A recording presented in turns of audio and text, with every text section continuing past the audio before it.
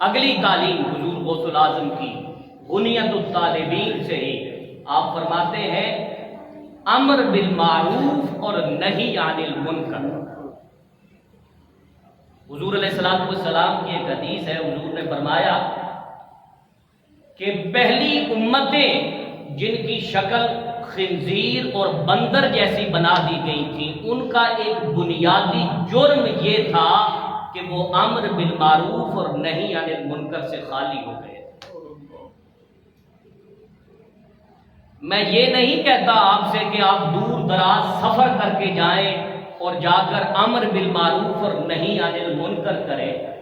ارے بابا، ہر شخص اپنے گھر میں تو اس فریضے کو ادا کر سکتا ہے۔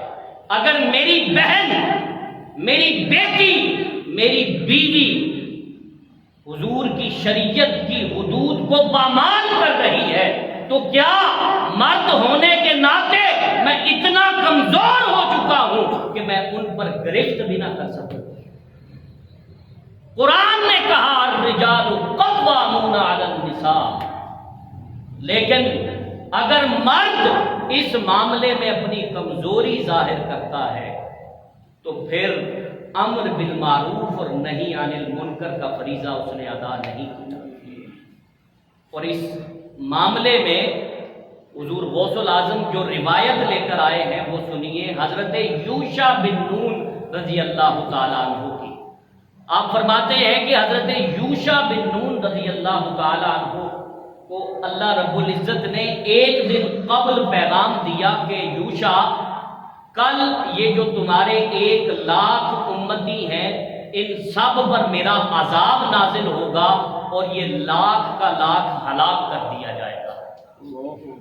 حضرت یوشع بن نون فکر مند ہوئے اور انہوں نے کہا اچھا مولا۔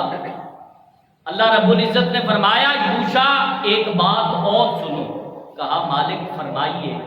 کہا ان میں 60,000 ایسے ہیں جو ہمارے نافرمان ہیں، جو ہماری حدود کو پامال کرتے ہیں، اور 40,000 ایسے ہیں جو ہمارے اطاعت گزار ہیں، جو ہر وقت ہمارے حضور سر بسجود رہتے ہیں۔ لیکن جب کل عذاب آئے گا تو نہ 60 بچیں گے نہ 40 بچیں گے۔ حضرت یوشع بن نون نے تڑپ کر عرض کی مولا، جو 60,000 نافرمان ہیں ان پر تو عذاب آنا چاہیے، لیکن یہ جو 40,000 آپ خود فرما رہے ہیں کہ وہ آپ کے اطاعت گزار ہیں، وہ آپ کے حضور جھکنے والے ہیں، ان پر کیسا عذاب؟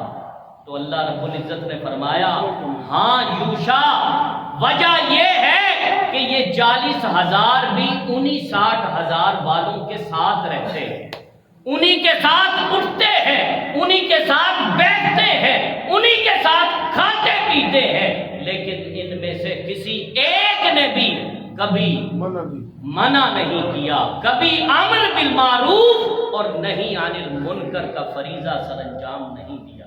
سبحان اللہ۔ لہذا یہ مت سمجھیے کہ میں نے داڑھی رکھی ہوئی ہے، میں ٹوپی پہنتا ہوں، میں 5 وقت نماز باجماعت ادا کرتا ہوں تو مجھ سے کسی چیز کی بات پرس نہیں ہوگی۔ حاضرین گرامی قدر، یہی اولاد کل گریبان پکڑ کر کہے گی کہ ابا جی فجر کی نماز پر آپ اٹھا کرتے تھے، آپ نے کبھی مجھے اٹھایا؟ فجر کی نماز پر آپ بیدار ہوتے تھے لیکن آپ نے مجھے کبھی بیدار نہ کیا، اس میں قصور آپ کا ہے۔ وجہ یہ ہے کہ ہمارے اپنے معاملات اللہ کے ساتھ سیٹلڈ نہیں ہیں، ہمارا اپنا معاملہ گڑبڑ ہے، اسی وجہ سے ہم امر بالمعروف اور نہی عن المنکر کا فریضہ سر انجام نہیں دیتے۔ تو حضور غوث الاعظم رضی اللہ تعالیٰ عنہ نے بتا دیا کہ امر بالمعروف اور نہی عن المنکر کتنا کرنا کتنا اہم اور کتنا ضروری ہے۔ حضور غوث الاعظم رضی اللہ تعالیٰ عنہ نے یہ بھی فرمایا کہ انسان پر مصیبتیں کیوں آتی ہیں؟ آپ نے فرمایا مصیبتیں اس وجہ وجہ سے آتی ہیں. کوئی کہتا ہے کہ میرا کاروبار نہیں چلتا، کوئی کہتا ہے کہ میری سیاست نہیں چلتی، کوئی کہتا ہے کہ میرا ادارہ نہیں چلتا.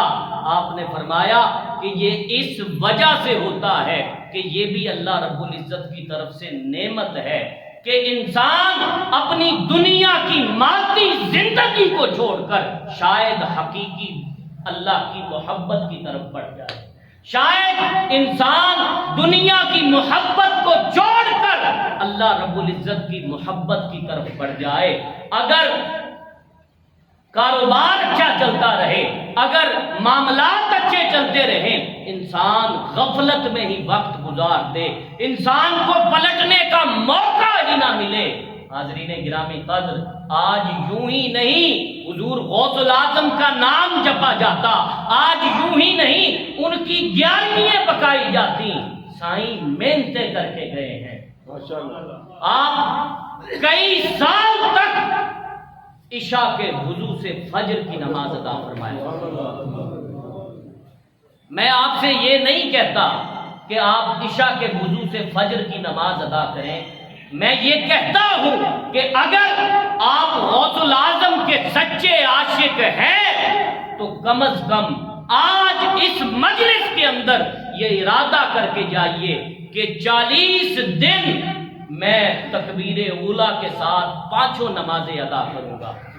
اگر آپ یہ تحیہ کر کے جاتے ہیں تو یقین جان لیجئے آپ نے اس محبت کا کچھ حق ادا کر دیا.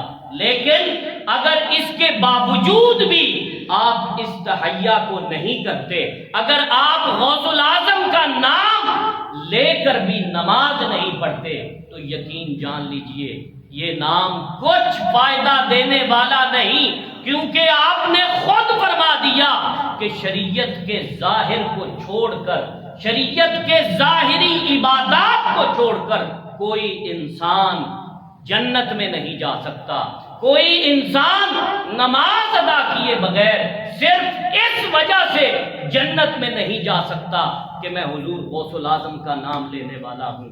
میں نے پھر عرض کرنا چاہوں گا کہ باتیں کڑوی ضرور ہیں، لیکن بیماری کا علاج بھی کڑوی دوائی سے کیا جاتا ہے. اپنا یہ مزاج بنائیے کہ حقیقت کی زندگی گزاریے. میں نے پچھلے جمعہ بھی یہ عرض کیا تھا کہ اگر اس ایک مجلس میں حضور غوث الاعظم کی 100 کرامات بھی میں بیان کر دوں ممبر پر بیٹھ کر، وہ کرامات پھر بھی نہ آپ کی بن سکتی ہیں نہ میری بن سکتی ہیں. وہ کرامات انہی کی رہے گی. لہذا اولیاء اللہ کی زندگی سے جو چیز لینے والی ہوتی ہے وہ ان کی تعلیمات ہوتی ہے.